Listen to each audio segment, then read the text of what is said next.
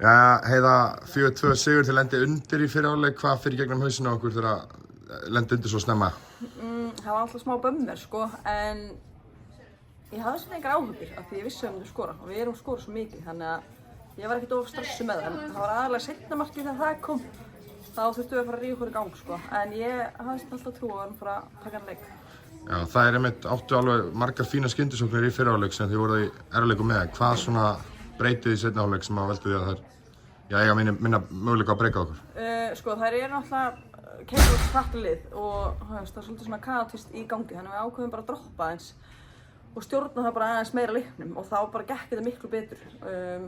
Og við fórum líka að breytum aðeins leikkerfi, það var 2 djúpar, 4-3-3 og þá bara var ekki svona opnast rosa mikið svæði á miðjun sko, sem þær voru að keyra inn í.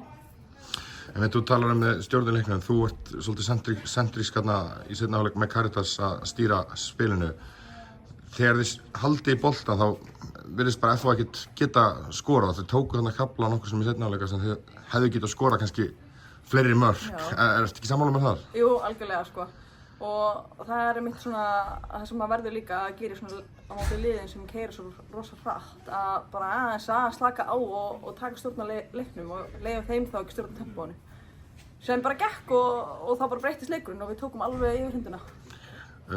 Valsar vinna í Víkinni í dag, lokaleikur næstu helgi, úrslitaleikur. Hvernig verður svona vikan fram að þessu? Það er bara venjulega æfingavika sko, það verður ekkert öðruvísi. En þetta er ógeðslega spennandi. Ég er mjög ánægð að þetta verði úrslitaleikur og maður vonar bara fullt af fólki mæta á völlinn og svona.